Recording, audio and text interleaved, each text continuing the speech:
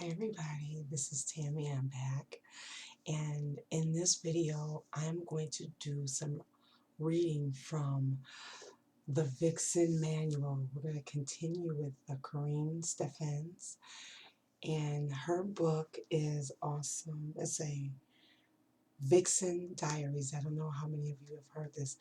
This book helps you with all kinds of tips on relationships, sexual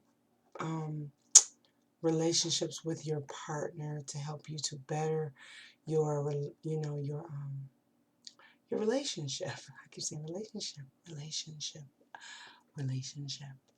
How's that?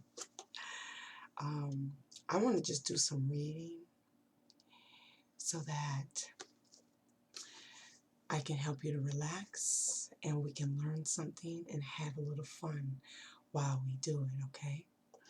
All right, so I'm going to just read you the premises of this book. In the back it says, the ultimate how-to on finding, seducing, and keeping the man you want.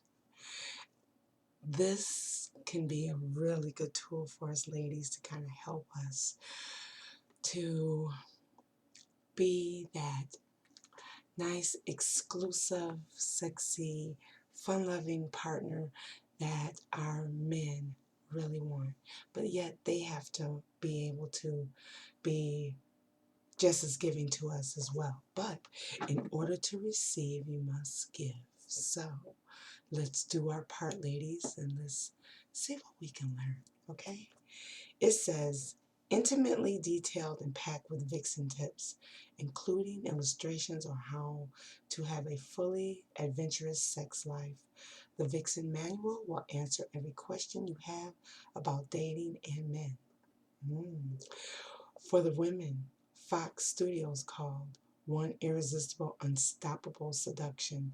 This girlfriend's guide offers advice in chapters with titles like Single versus Singular, The Single Mother, and Dating Younger Men, while sharing Karrine's experiences, lessons learned, and empowering affirmations of a woman's worth.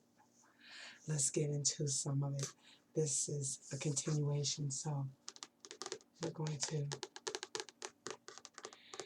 be reading from Karrine Steffans' book. And along the way, I'll be doing some wonderful sounds to help you to relax, unwind, and even if you want to put your headphones on and turn over and just listen to the sound of my soft voice, I'd be glad to oblige. Okay? Let's open the book now.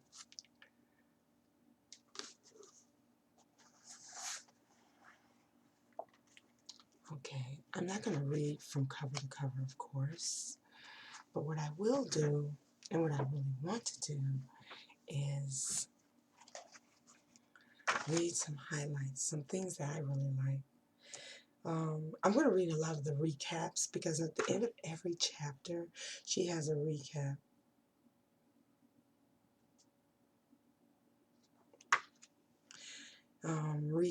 So this first chapter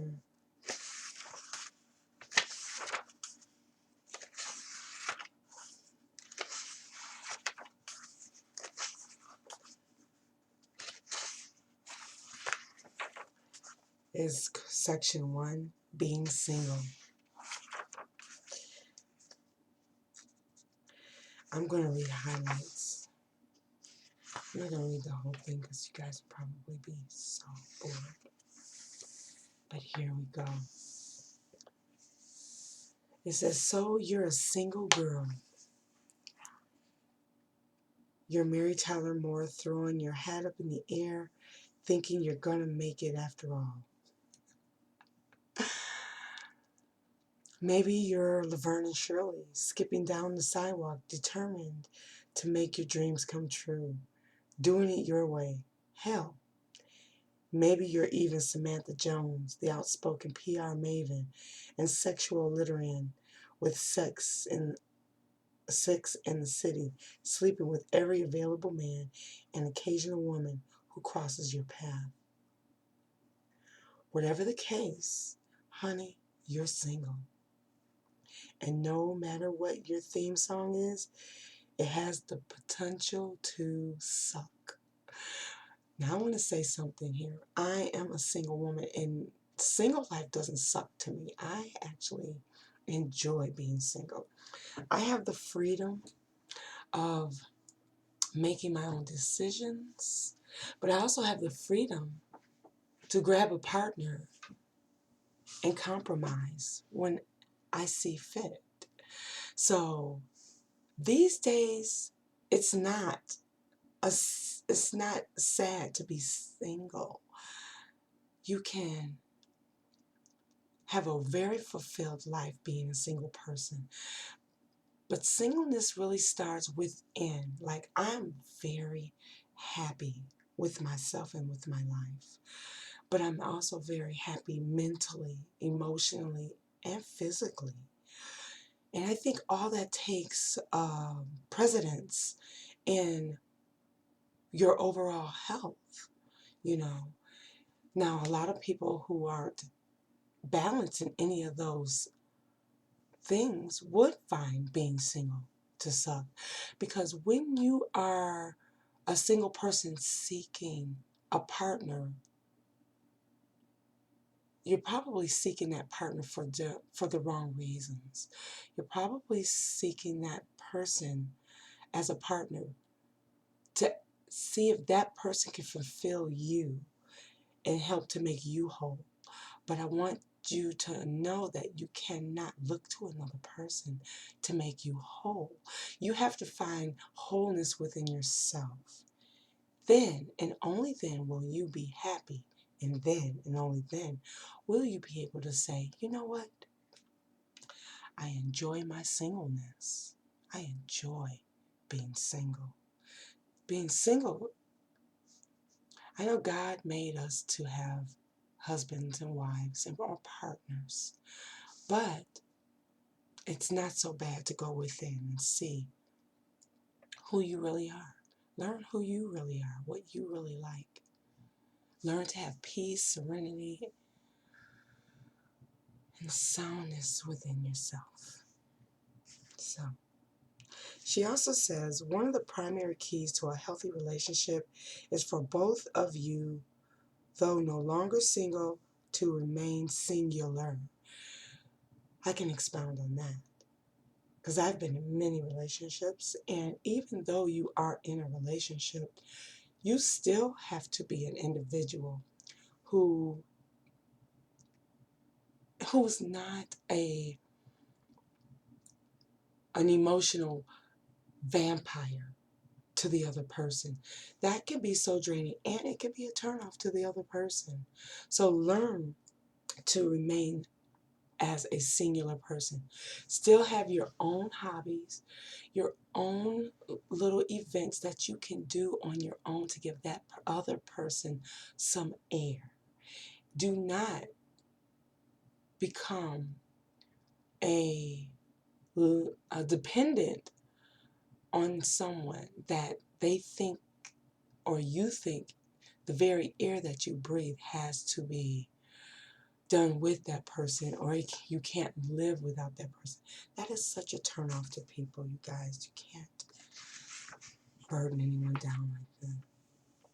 Here's a Vixen tip in this chapter. She says, for me, it's always been difficult to not become absorbed by my relationship. That's so true. It takes an enormous amount of effort to stay on track and to live my life as if there weren't this hunky piece of man flesh laying in my bed, just begging to be ravished. The only way to keep on track is to write out a schedule and stick to it every day, no matter how difficult it may be to leave his side. Make certain things, rituals, wake up, make the bed, take the kids to school, go for a walk, shower, and head for the office. For those of us who work at home, it is twice as difficult to concentrate, which makes having a schedule even more important. Like I said, make sure that you still have things that you're involved in that does not involve your partner all the time. This gives your partner a sense of individuality as well, so that they can go about doing their own thing. What has worked for me is to save most of the personal time for after business hours, after I have completed everything on my list for the day. Everything from tidying the house to running an office. Take care of yourself and trust in yourself. He'll be there when you're ready. He'll be there when you're done.